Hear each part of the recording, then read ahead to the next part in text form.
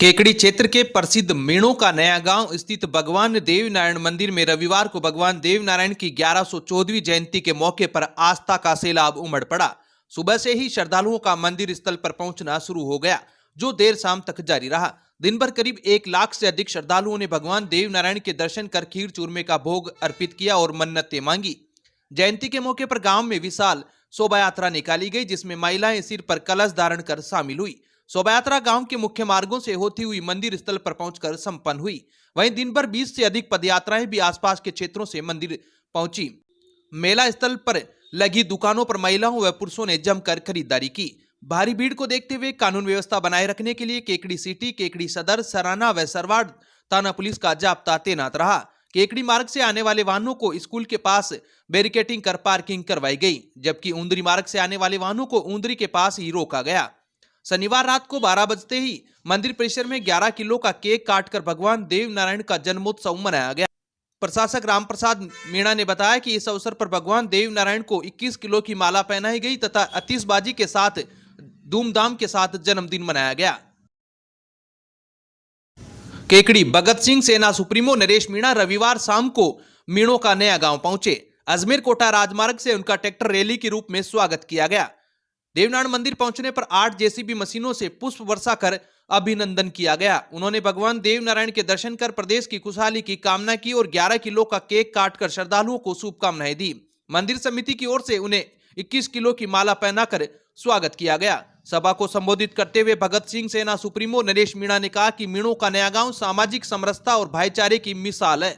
उन्होंने कहा कि यहाँ गुर्जर और मीणा समाज के बीच आपसी स्वार्थ देखने को मिलता है। पूरे गांव में मीणा समाज के परिवार रहते हैं, इसके बावजूद भगवान देवनारायण की सेवा पूरे समर्पण के साथ की जा रही है। उन्होंने कहा कि कुछ लोग गुर्जर और मीणा समाज को आपस में लड़ाने का प्रयास करते हैं, लेकिन मीणों का नया गांव ने भाईचारे की जो परंपरा कायम की है वह पूरे प्रदेश के लिए उदाहरण है। नरेश मीणा ने कहा कि उन्होंने लोकसभा चुनाव में प्रहलाद गुंजल के लिए दिन रात मेहनत की और दन्ना सेठों के खिलाफ मजबूती से लड़ाई लड़ी। उन्होंने आरोप लगाया कि केकड़ी क्षेत्र में खारी और बनास नदी से जुड़े इलाकों में कुछ दन्ना सेठ खुद को व्यापारी बताकर अवैध रूप से बजरी बेच रहे हैं। उन्होंने कहा कि स्थानीय लोगों को एक ट्रॉली बजरी के लिए 5000 रुपए तक देने पड़ रहे हैं, जबकि यही बजरी कोटा और जयपुर जैसे शहरों में बेचकर भारी मुनाफा कमाया जा रहा है। उन्होंने स्पष्ट शब्दों में कहा कि इस लूट और शोषण के खिलाफ चुप नहीं बैठा जाएगा। आने वाले दिनों में केकड़ी क्षेत्र के नापाखेड़ा गांव से बजरी माफियाओं के खिलाफ एक बड़ा जन आंदोलन शुरू किया जाएगा। उन्होंने जनता से अपील की कि अपने हक और अधिकारों के लिए संगठित होकर लड़ना सीखे और किसी भी प्रकार के अन्याय के सामने झुके नहीं। नरेश मीणा ने कहा कि वे प्रदेश के किसानों को एकजुट करने और उन्हें संगठित करने के अभियान में जुटे हुए हैं।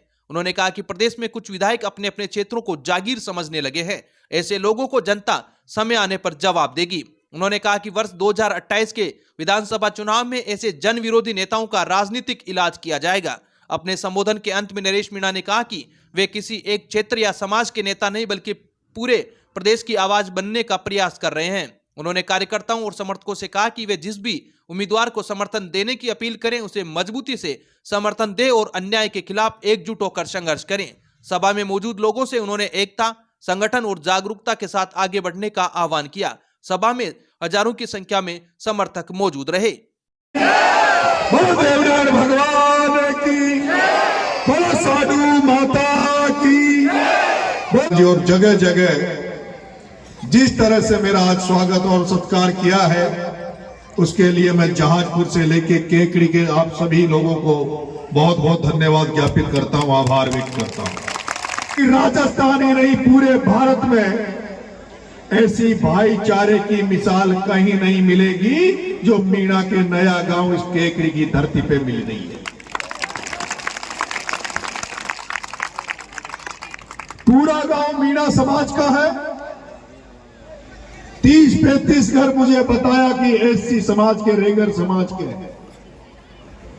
1000 की जहां वोटिंग हो, 2000 की जनसंख्या हो, और इतने बड़े गांव में एक घर भी गुर्जर समाज का नहीं है।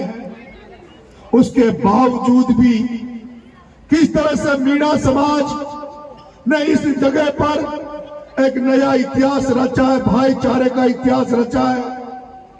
भगवान देवनारायण को जो इस तरह से जन्मोत्सव मनाया जा रहा है, आज भगवान देवनारायण का जन्मदिन है। मुझे लगता है जिस तरह से इन मीणा समाज ने आज भगवान देवनारायण का जन्मोत्सव जन्मदिन इस केकड़ी की धरती पे मीणा के नया गांव में मनाया है, ऐसा तो शायद राजस्थान में कहीं भी नहीं मना होगा जैसा आपने मनाया है।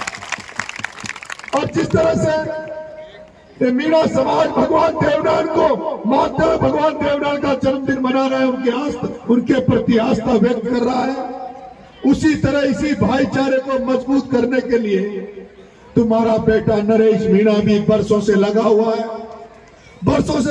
है कि राजस्थान में एक सामाजिक क्रांति आए, एक किसान क्रांति आए, सभी किसान कौमों को एक जाजम पर बिठाकर ताकि किसान कौमों का भला हो सके, किसान जाते भी आगे बढ़ सके।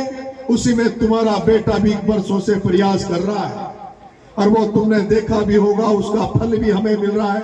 आज गुजर मीणा समाज जिस भाईचारे से रह रहा है, कई लोग इसमें फूट डालने का काम कर रहे हैं, लेकिन फिर भी वो फूट डाल नहीं सकते, क्योंकि जिस तरह से नरेश मीणा ने कोटा के लोकसभा चुनाव में प्रहलाद गुंजल के साथ चुनाव में प्रचार किया और जिस तरह से इस आदिवासी समाज ने गुजर के बेटे प्रहलाद गुंजल का कोटा के चुनाव में मदद करी, उसके बाद आपने 3 दिन पहले उन प्रहलाद गुंजल के शब्द भी सुने होंगे, उनके भाषण भी सुने होंगे। जब प्रहलाद गुंजल साहब एक मीणा समाज के कार्यक्रम में गए, जब प्रहलाद गुंजल साहब मीणा समाज के कार्यक्रम में गए और वो भी कार्यक्रम वही था कि वो एक देवनारायण भगवान के जन्मोत्सव में जा रहे थे और मीणा समाज बीच में उनका स्वागत कर रहा था और उस स्वागत में प्रहलाद जी गुंजल साहब ने कहा था कि जिस तरह से कोटा लोकसभा चुनाव के समय मीणा समाज ने मेरा साथ दिया है, मेरे पे एहसान किया है, अगर जीता जागता प्रहलाद गुंजल अगर अपनी चमड़ी की जूती पहना बनाकर अगर मीणा समाज को पहना है तो भी 7 जन्म में भी मीणा समाज का कर्ज प्रहलाद गुंजल नहीं चुका सकता। ऐसे शब्द बोलने वाले प्रहलाद गुंजल को मैं धन्यवाद ज्ञापित करता हूँ, उनका आभार व्यक्त करता हूँ कि कोई तो गुजर समाज में ऐसा नेता पैदा हुआ जिसका साथ हमने दिया और उसने कम से कम इस समाज का एहसान मानकर इस समाज को धन्यवाद देने का काम किया, इस समाज को साथ लेकर चलने का काम किया। मेरे भाइयों, मैं केकड़ी में पहली बार इस कार्यक्रम में आया हूं तो मुझे पता लगा कि केकड़ी और जहाजपुर में 2 बड़ी नदियां हैं जो यहाँ की जनता की जीवनदायिनी है, जहां जो एक तरफ खारी है, एक तरफ बनास है, जिससे हजारों घरों के चूल्हे जलते थे, हजारों लोगों को, लाखों लोगों को जिससे रोजगार मिला हुआ था, हजारों लोगों की टोलियां चलती थी, रेत का काम करते थे। लेकिन पिछले कुछ दिनों में यहाँ कुछ व्यापारी आ गए, धन्ना सेठ आ गए, उन्होंने जिनका कब्जा था, जिनका बनास पे अधिकार था, जिनका खारी नदी में अधिकार था, जिनके खेतों के बगल में से बनास और खारी नदी निकल रही थी, उन सबको तो उन्होंने दूर कर दिया और बनास पर और खारी पर कब्जा कर लिया। अब अगर कोई केकड़ी जहाजपुर का आम व्यक्ति अगर जिसको एक टोली रेत की जरूरत पड़ जाए, किसी को मकान बनाने की जरूरत पड़ जाए, घर में कोई एक टोली रेत की जरूरत पड़ जाए और अगर वो टोली लेकर रेत लेने उस बनास में चला जाए, उस खारी नदी में चला जाए, तो उसके ट्रैक्टर को जब्त कर लिया जाता है, उस व्यक्ति को जेल में डाल दिया जाता है और जो पुलिस और जो लोग काम कर रहे हैं वो भी उन धन्ना सेठों के अंदर में काम कर रहे हैं, धन्ना सेठों के अंदर में काम कर रहे हैं। आम जनता को, आम किसानों को एक टोली रेत नहीं मिल रही, आम जनता को एक टोली रेत नहीं मिल रही, आम जनता को रेत की टोली 5,000 रुपए एक टोली की मिल रही है। और उस जो आपके बनास में मैं देख के आया, जैसे समुद्र में इंडिया गेट पर समुद्र में जहाज चलते हैं, उनकी लाइटें दिखती है, जब बनास की पुड़िया से जाते हैं तो धन्ना सेठों ने जो वहां पर जहाज जैसे समुद्र में बोट चलती है वैसी बोटें लगा रखी है, बड़ी बड़ी मशीनें लगा रखी है, एक एक समुद्र जहाज में 5-5 डंपर रेत निकाल रहे हैं और उस रेत को कोटा तक, जयपुर तक बेचा जा रहा है। और मेरा जहाजपुर का वे किसान और केकड़ी के किसान को एक टोली रेत नहीं मिल रही। जब मैं देखता हूं तो मुझे बहुत दुख होता है, मुझे दुख हुआ। और जब मुझे पता लगा कि इस बनास में इसने किसने कब्जा किया, पहले तो मुझे लगा कि कोई बजरी माफिया होगा, पहले मुझे लगा कोई बजरी माफिया होगा, ऐसा कोई गुंडा बदमाश होगा जो अपने केवल जिसका काम व्यापार करना है, जिसका काम पैसा कमाना है, जैसे अडानी और अंबानी, नरेंद्र मोदी अमित शाह से मिलकर पूरे देश का खून चूस रहे, पूरे देश को बर्बाद कर रहे हैं, पूरे देश का खून चूस रहे, पूरे देश को बर्बाद कर रहे हैं। तब मुझे पता लगा कि जिसको मैं कोटा लोकसभा चुनाव में हराने गया था, जिस प्रहलाद गुंजल के साथ में खड़ा था और जिस धन्ना सेठ ओम बिरला के खिलाफ में प्रचार कर रहा था, अब मुझे पता लगा कि वो ओम बिरला जिसने कोटा बूंदी की जनता को तो जिन्होंने खून चूस ही लिया, उनको तो बर्बाद कर ही दिया, कोटा की कोचिंग तो वो खाई गया, लेकिन वो आजकल बजरी निकालने का काम कर रहा है। वो लोकसभा स्पीकर ओम बिरला जिसको लोगों ने वोट दिया, सांसद बनाया और लोकसभा स्पीकर बना, इस आशा के साथ कि वो कोटा का, बूंदी का, हाड़ौती का भला करेगा, यहाँ के किसानों की भलाई करेगा, वो यहाँ के किसानों को सस्ती रेत दिलवाएगा, यहाँ के किसानों की सड़कें बनवाएगा। लेकिन वही ओम बिरला जिसको लोग वोट देकर सांसद बनाया, उस ओम बिरला ने बनास पर कब्जा करके और तुम्हारी बजरी 5-5 हजार रुपए महंगी कर दी। आम जनता की बजरी को अपने घर ले जा रहा है, अपने काम में ले रहा है। इसलिए मैं आज उसके खिलाफ तो पहले से लड़ता आया हूं, लेकिन अब मेरी इच्छा है कि उससे आमने सामने के युद्ध करूं, आमने सामने की लड़ाई करूं।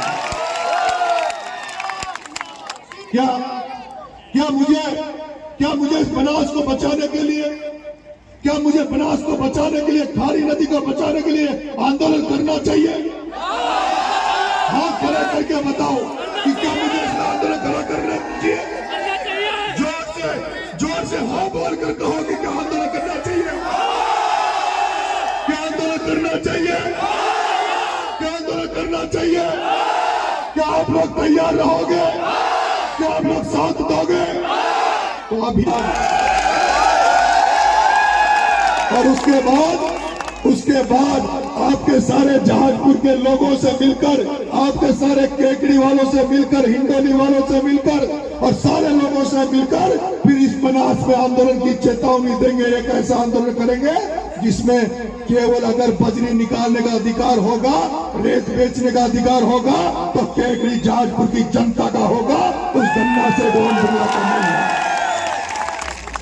और मैं कई जगह राजनीति में जा रहा हूं, गांव में जा रहा हूं, अभी जैसे विधानसभा में जाता हूं तो कई लोग कहते हैं ये विधानसभा फलाना को गढ़ है, ये विधानसभा फलाने का गढ़ है, यहाँ तो इसका सिक्का चलता है। एक हिंडोली में भी एक नेता था, एक हिंडोली में भी एक एमएलए बना, 3 बार एमएलए बना, उसने अपनी जागरी समझ ली, विधानसभा को जागरी समझ ली, जिसको हमारे लोग वोट देते थे, उसने ये समझ लिया कि हमारा कोई कुछ बिगाड़ने वाला नहीं है। और वो कहता था कि हिंडोली में तो मारो ही सिक्को चालको, अरे थारो ना चाले, थारो तो हिंडोली में चालोगो, नरेश को पूरा राजस्थान में सिक्को चालोगो, पूरा राजस्थान में सिक्को चालोगो। कोई केकड़ी में तो नक्के ना श्या, कोई केकड़ी वाला कहता हो कि मेरा गढ़ है या मेरा मामला है, तो बता दो, इलाज इधर भी कर देंगे।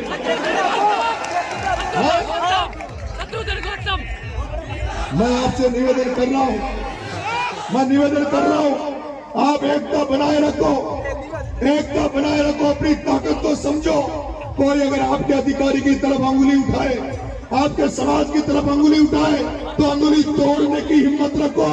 वोट तो बहुत दूर की बात, उसकी अंगुली तोड़ने की हिम्मत रखो, तब जाकर कोई आपकी तरफ अंगुली नहीं उठाएगा। और चुनाव अभी दूर है, 2028 अभी दूर है, लेकिन मुझे भरोसा कि आप लोग भगत सिंह सेना के साथ खड़े रहोगे, आप लोग इंकलाब के साथ खड़े रहोगे और 2028 में आप नरेश को मजबूत तो करोगे ना? हाँ? ये जो नया डोलत है ना, बड़ा नेता केकड़ी में जो टिकट मांगते हैं, नेता बढ़ते हैं, उनसे कह देना कि भैया टिकट से काम नहीं चलेगा, आने वाले 2028 में हम लोग तो उसका साथ देंगे जिसके साथ नरेश खड़ा है। मानोगे बात? हाथ खड़े करके करो, विश्वास दो। भगवान देवनाथ मंदिर में 2028 का चुनाव में मैं आ जाऊंगा तो बात मान लोगे ना? मान जाओगे? ये जो पार्टियां मेरा टिकट काट के इलाज हो जाएगा, जो नेता मेरा टिकट काटते इलाज हो जाएगा। तो आप सब लोग ने जो प्यार दिया, आशीर्वाद दिया, उसके लिए बहुत बहुत धन्यवाद। सब लोग 30 नापा एड़ा में करें।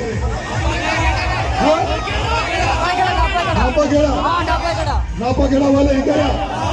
कितने नापा गेड़ा वाले? पर लट पटंग के साथ चाहिए उसमें। पक्का है ना? बताओ शालिग्राम जी, नापा गेड़ा या मोरला का? नापा गेड़ा। पूरी मेहनत नापा गेड़ा वालों को करनी पड़ेगी। पीले चावल तुम्हें बांटने पड़ेंगे। क्यों बताओ केकड़ी वालों, नया गांव वालों कौन सी जगह करें? नापा गेड़ा। तो मैं 30 तारीख को 100 बनास को बचाने नहीं, बनास को बचाने, खारी नदी को बचाने, और इसके साथ साथ जो बीसलपुर की जो ये हाइट बढ़ा रहे हैं ना, और ये जो हाइट बढ़ा रहे हैं उसके खिलाफ, क्योंकि ये जो ठेका दिया गाद निकालने का, इसमें बनास में टेंडर दिया सरकार ने कि गाद निकाली जाए और उस गाद को फ्री में किसानों को दिया जाए। उस गाद को फ्री में किसानों को दिया जाए, लेकिन किसान को तो एक डड़ी मिट्टी नहीं दे रहे, पूरी बजरी निकाल रहे, बजरी को बेच रहे। और अगर अभी आप नहीं जागे तो जैसे सीमेंट मिलता है ना कट्टे में, जैसे सीमेंट कट्टे में मिलता, ये बिरला और ये जो बेटे ना सेठिया, ये बजरी को भी कट्टों में लेना पड़ेगा हमें, और हमारी आने वाली पीढ़ी के लिए दिक्कत हो जाएगी। इसलिए हमें समय पे जागना होगा। ठीक है साहब? तो अब विक्टर ब्रांड के कंप्यूटराइज्ड धर्मकांटा खरीदिए केकड़ी में विक्टर स्केल कंपनी से। 100 ग्राम से 200 टन तक के भारत सरकार से मान्यता प्राप्त कंपनी विक्टर ब्रांड के कांटे उपलब्ध है। विक्टर स्केल कंपनी पर आपको मिलेगी सभी प्रकार के कंप्यूटराइज्ड धर्मकांटों की सेल एंड सर्विस सुविधा। विक्टर स्केल कंपनी पर Rajasthan online mining TP Revanna software भी उपलब्ध। तो देर किस बात की? धर्मकांटे खरीदने के लिए आज ही संपर्क करें। मिलने का पता Mewada complex, Gopal petrol pump के सामने, कोटा रोड, केकड़ी। केकड़ी विधायक शत्रुघ्न गौतम रविवार को केकड़ी क्षेत्र के दौरे पर रहे। विधायक शत्रुघ्न गौतम ने बिलावटिया खेड़ा से पीपरोली में रोड का 90 लाख की सड़क का शिलान्यास किया तथा पीपरोली में 20 लाख सड़क बनाने की घोषणा की। इस मौके पर ग्रामीणों ने विधायक शत्रुघ्न गौतम का 21 किलो की माला पहनाकर स्वागत किया। विधायक शत्रुघ्न गौतम ने संबोधित करते हुए कहा कि क्षेत्र के विकास के लिए धन की कोई कमी नहीं है। केंद्र से लेकर राज्य सरकार हर वर्ग के उत्थान के लिए कटिबद्ध है।